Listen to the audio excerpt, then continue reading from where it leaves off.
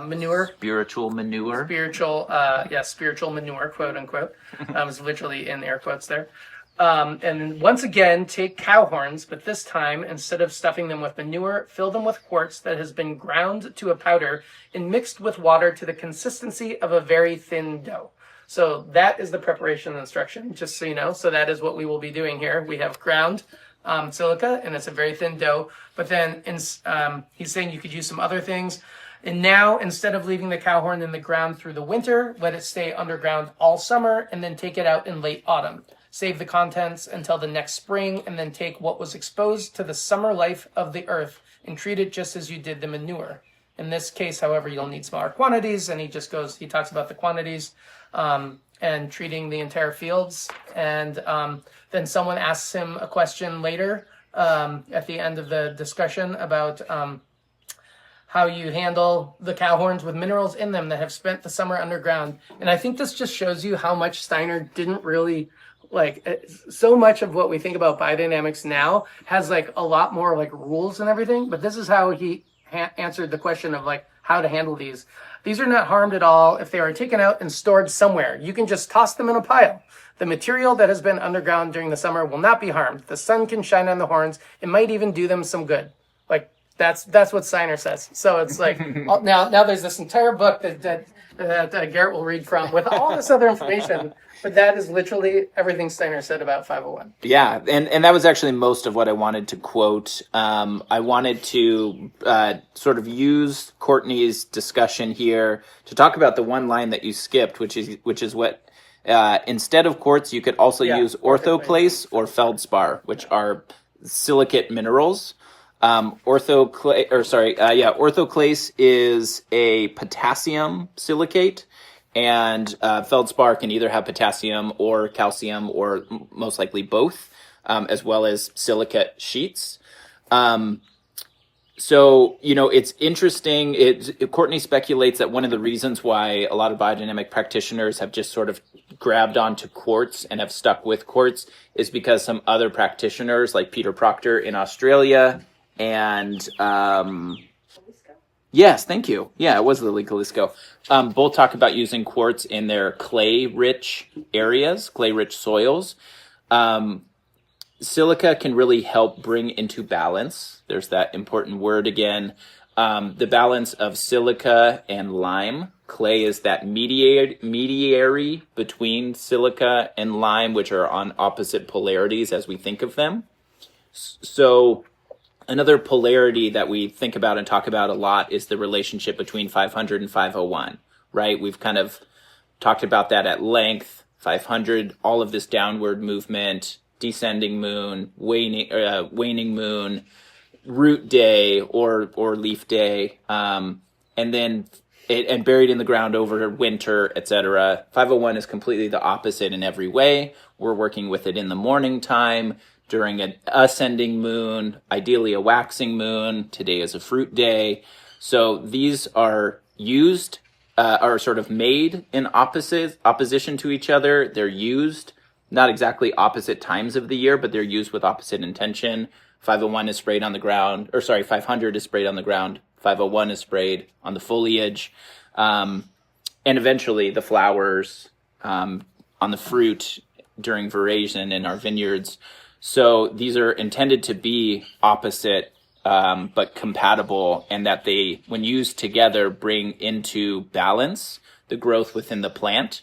So if you think about the plant being rooted in soil, whether you have a heavy clay or more sandy soil that's been treated with 500, and then you come in from above, and 500 first, and then when you come in from above and you spray 501 on the foliage, you think about the plant sort of being in the middle, where it's gaining, the clay that it's rooted in is mediating that relationship between lime, which is, I think of as calcium or calcium carbonate primarily, and silica. I think we could do a deep dive, and I probably would need to do some more study to tell you why lime and silica are opposite. Shane asked this on his very first day here. Again, I think there's more to flesh out there, but the idea is, that they are opposite, and that the clay is the mediary and the plant is the mediary between those two preparations.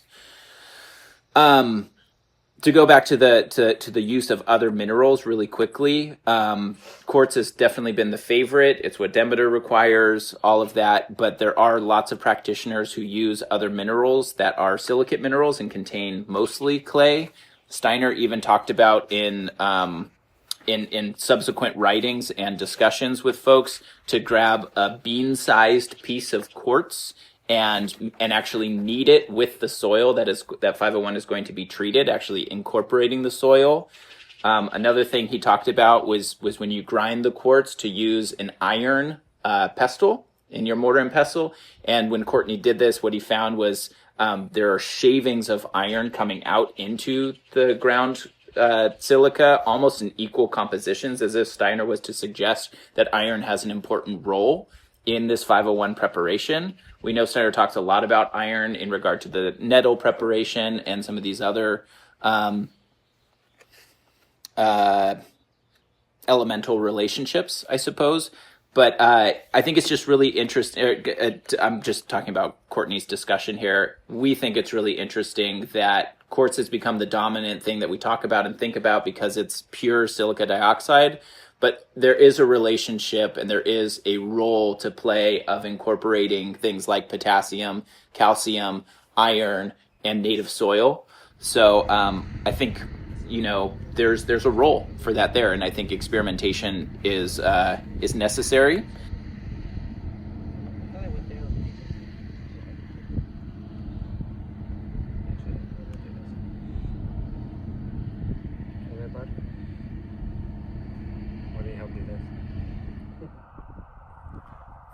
Who wants to start? You can edit this, right? Yeah. Or you just start talking and I'll ask questions as you're talking. So here we are making our first 501 preparation, biodynamic preparation that follows our 500 preparation that we buried in the fall. This one is a ground up quartz silica.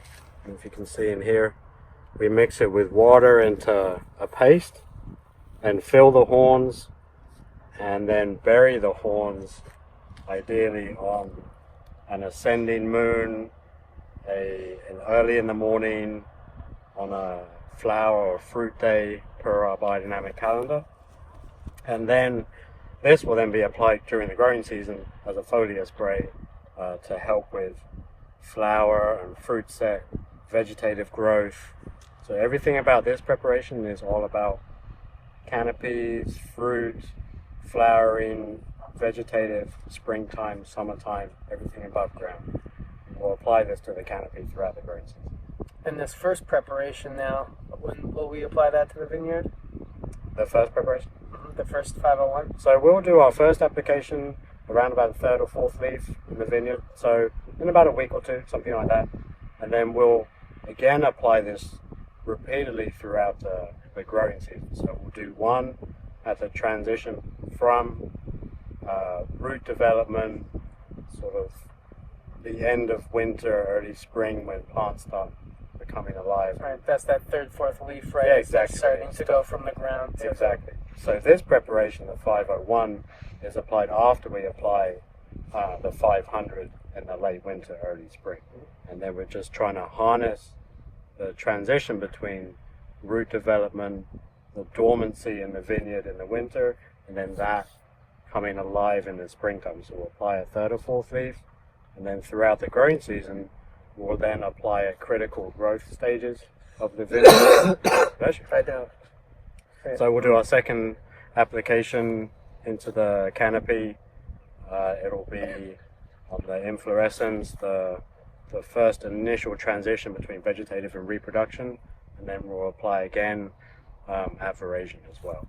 So we're building that rhythm and harnessing the silica and the quartz buried in the horn in the springtime, and applying that in the early morning to bring in that influence and success in the growing season.